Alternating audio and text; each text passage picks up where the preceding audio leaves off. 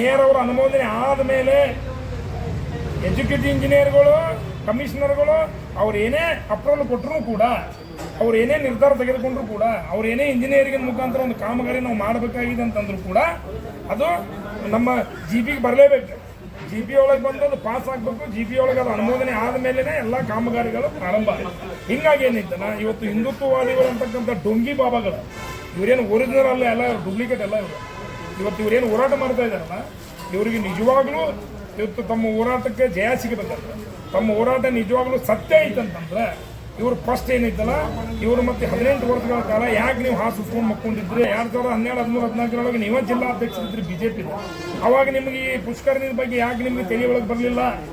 ಪ್ರಹ್ಲಾದ್ ಜೋಶಿ ಅವರು ಇವತ್ತಿನವರೆಗೆ 35 ವರ್ಷ ಕೇಂದ್ರದಲ್ಲಿ ಧಾರವಾಡ ಲೋಕಸಭಾ BJP ಕೈಯಲ್ಲಿದ್ದ ಕೇಂದ್ರದ ಪುರಾತತ್ವ ಇಲಾಖೆ ನಿಮ್ಮ ಕೈಯಲ್ಲಿ ಇರೋದ್ರಿಂದ ನರೇಂದ್ರ ಮೋದಿ ಅವರೀಗ 12 ವರ್ಷ ಪ್ರೈಮ್ ಮಿನಿಸ್ಟರ್ ಆಗಿ 12 ವರ್ಷಗಳ ಕಾಲ ಕೇಂದ್ರದ ಪುರಾತತ್ವ ಇಲಾಖೆಯಿಂದ ಇನ್ನೂವರೆಗೂ ನೀವು ಯಾಕೆ ಪುಷ್ಕರಣಿಯನ್ನು ತೆಗಿಸಕ್ಕೆ ಆಗಲಿಲ್ಲ ಹಿಂದಕ್ಕೆ?